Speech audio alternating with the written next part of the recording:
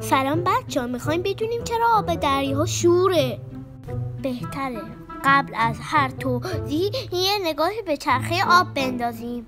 آبهای روی سطح زمین با گرمای خورشید بخار میشن و همون بخارها از موقعی که هوا سرد میشه از ابرها تولید بارون میکنه. همه بارون ها رودخونه میشن و به دریاها میریزن. پس چرا آب دریاها شوره؟ مگه همون آب بارونا نبود؟ آب بارون قبل از اینکه به زمین برسه با کلی آلودگی هوا وارد زمین میشه که به اصطلاح میگن بارون اسیدی.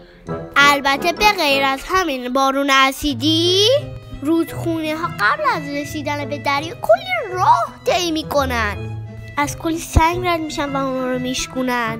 تو همین سنگا کلی ماده هست که تولید شوری میکنه.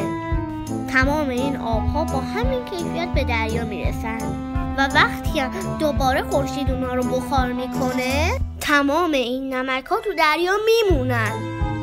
فکر کنید این نمک ها از چند هزار سال تو دریاها مونده.